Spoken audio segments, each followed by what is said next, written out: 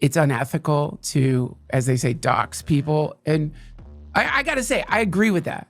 But, you know, sometimes you have to ask yourself, is anonymity good for people all the time? You know, maybe sometimes when someone is trapped in anonymity, you free them, you liberate them, you rescue them from a self-imposed prison. And so the video you're about to see, I've worked on it nonstop.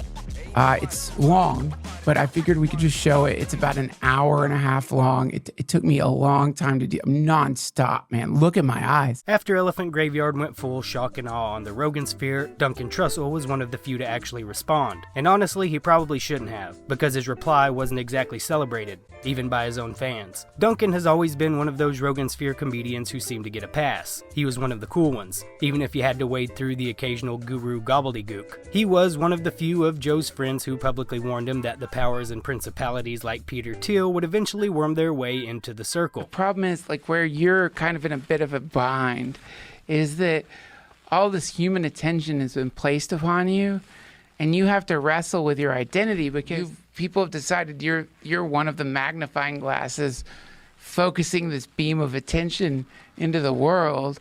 And so within that is all this room for disaster. It's like, who are those people? And what are they up to? And then you start thinking, see, this is what I think about if I were you. Then you start thinking like, man, I've got this podcast that lots of people listen to. Has it ever happened where maybe some really intelligent person has manipulated me in an attempt to get me to disseminate some kind of information out into the world? Good luck manipulating me, Duncan Trussell. I'm an American. You have such a crazy power that if you're not careful, folks from deep, dark wells of perspective are going to infiltrate your... All those people that are organized, they can come hang out with us. Give me a hug. You don't want to give them a hug. But fast forward to today, and Duncan is completely crashing out. Elephant Graveyard hit a little too close to home, calling him out as nothing more than Rogan's emotional support yes man, and also calling out his relationship with Peter Thiel, saying he has the relationship not because he likes the guy, but because he has to for Rogan. Here's what's fascinating to me about accusing Peter Thiel of being the Antichrist. Stuff. He's very much talking awesome. And it was like totally normal dude, obviously super smart. There didn't feel like there was any kind of like subversive anything, nothing to really be scared of. Depressing, so people say that Peter Thiel is Antichrist, just for argument's sake. Fucking says that. You hear that? He's actually getting mad about this. Argument's sake. Says that. The reason Dunk's got to do this is because the comedy czar is actually Pete's friend now. So he had to become a new guy to stay in Joe's circle of power, a shriveled husk of a guy, being fed by the demonic umbilical cord attached to the bowels of the comedy czar, from which he can never disengage. He's cooked, finished, and God, look at him, he's just not the same guy. Look in his eyes, it's obvious. Those are suey eyes.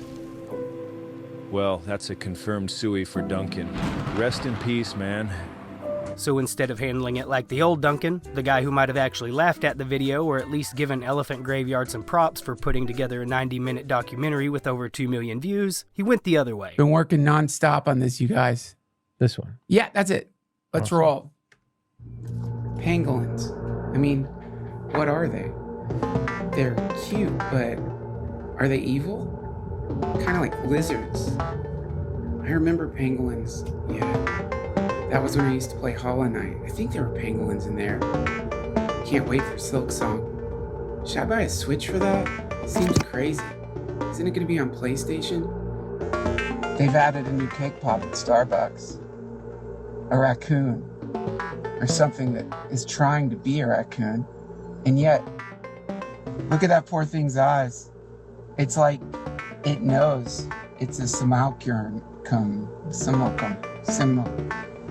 Always seeking realness, wanting to be authentic, and yet doomed to forever be a poor imitation.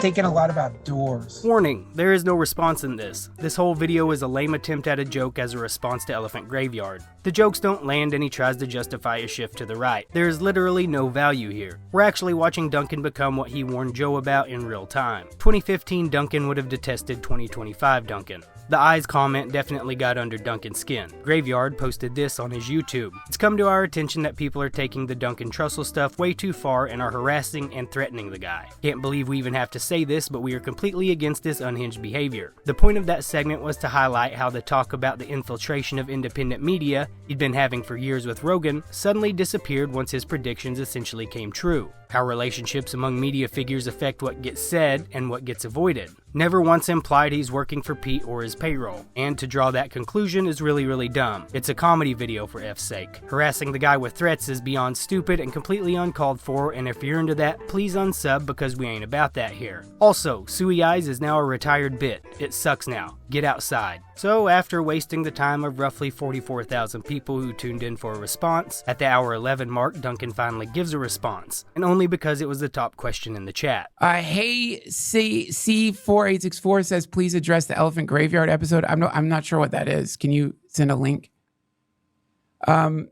Getting some Harmony Crew invites. Thank you very much. It's not exactly a good look to passive-aggressively mock the guy who just body slammed you. Duncan had the perfect chance to lean into the chaos, maybe even win some people back. You never know. Never let a good crisis go to waste. But instead, he doubled down and made himself look even worse. What really seemed to fry Duncan's circuits was Elephant Graveyard calling out his Peter Thiel connection. And the irony is, even Rogan has admitted that Palantir is weird. So Duncan defending it is like trying harder to protect Rogan's reputation than Rogan does. Luckily, we still have Tim Dillon. He's basically the guy in the Rogansphere willing to describe what's actually happening, while everyone else slowly morphs into a junior varsity neocon. Palantir thing is very odd. A lot of people feel that this is the precursor to a social credit score, a digital kind of police state, and that it's being done under the guise of security, that you will be safer. Which is what the Patriot Act was brought through with. That's exactly right. You know, Peter Thiel is giving a 4-part lecture on the Antichrist. Yeah, that seems odd. 4-part. Well, here's what's really wild to me. 4 parts. It's not just one. One lecture on the Antichrist would be insane. This guy's doing a series. He's doing a 4-part lecture on the Antichrist, and nobody in his inner orbit went, Peter, how about 1 lecture on the Antichrist or no lectures? Not 4. Well, I don't think he understands the optics. He certainly does not. It's a private lecture at a club in San Francisco about the Antichrist. What does he know about the Antichrist? Is he like... I'm guessing a lot. This is like me doing a 4-part lecture on Long Island racism.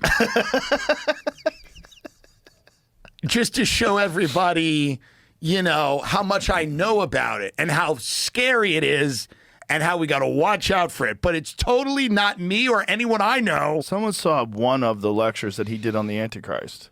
Was it good? It might have been Duncan. He said it was boring. It's of course going to be boring. Yeah. Didn't O.J. Simpson write a book called If I Did It? Yeah, I have a copy of it. So this is Peter Thiel's version of that.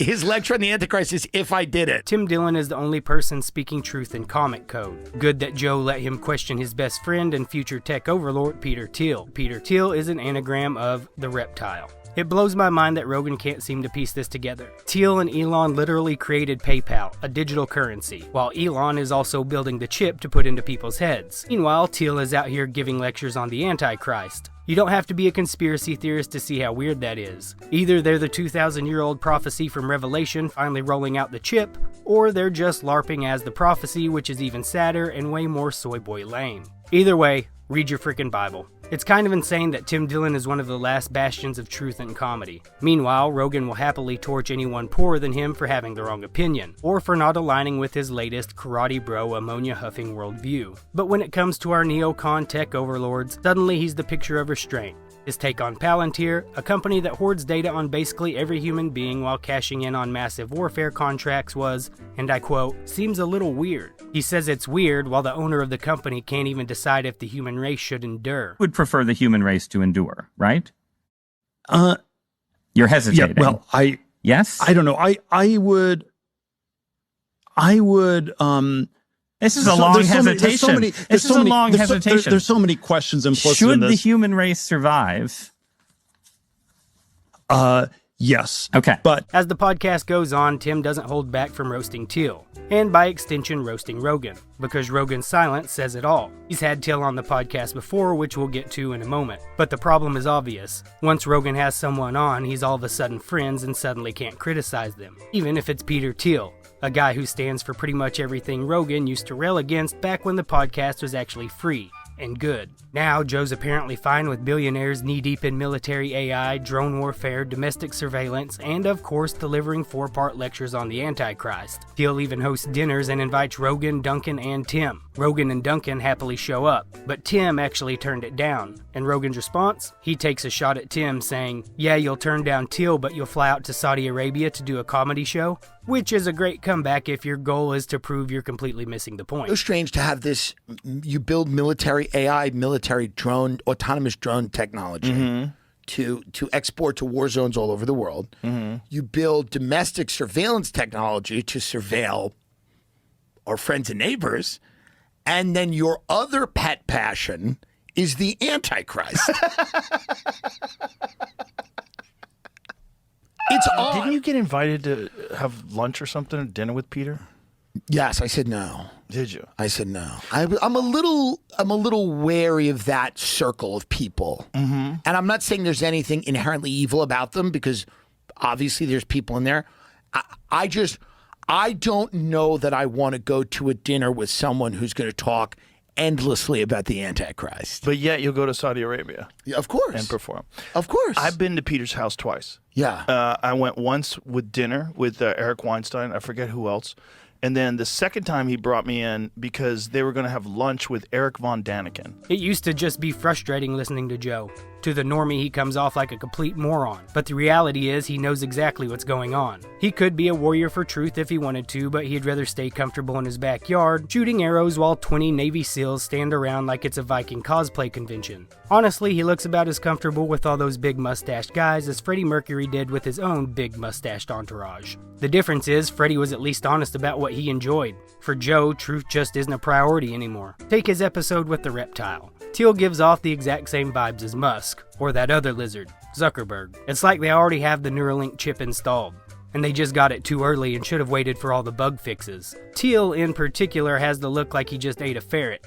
And of course, Rogan presses him on absolutely nothing. Still, the episode does offer some insight into just how much Thiel actually knows, especially about Epstein. On one hand, he casually reveals the truth about how the whole thing works. It's a club, and the blackmail is basically self-imposed. They were volunteers, trading compromise for power. But then, in the same breath, he rules out any foreign involvement and pins it all on being a completely U.S. creation, which immediately makes him lose all credibility. I went down all these rabbit holes. Was he, working for the Israelis or the Mossad or all this sort of stuff? And I've come to think that was very secondary. It was obviously it was just the U.S. If you're working for Israel, you don't get protected. We had Jonathan Pollard. He went to jail for 25 years or whatever. But unrelated, right? Understood. But this is one particular operation. It was if it was an intelligence operation, the question we should be asking is what part of the U.S. intelligence system was he working for? Was he working for But don't you think that's an effective strategy for controlling politicians? I'm sure that was part of it. I suspect there are a lot of other questions that one should also most ask. certainly. So but I would think that is one of the best motivators that we have. My riff on it was always that it's a little bit different from the J. Edgar Hoover thing, and the question was always whether the people doing it knew they were getting compromised, and so it's the vibe is not that you somehow got compromised. It was more you were joining this secret club. Right. You got to be made. You're a made man in the mafia, and you get to do crazy things. No. It's only if we have compromise on you do you get ahead. That's all I got.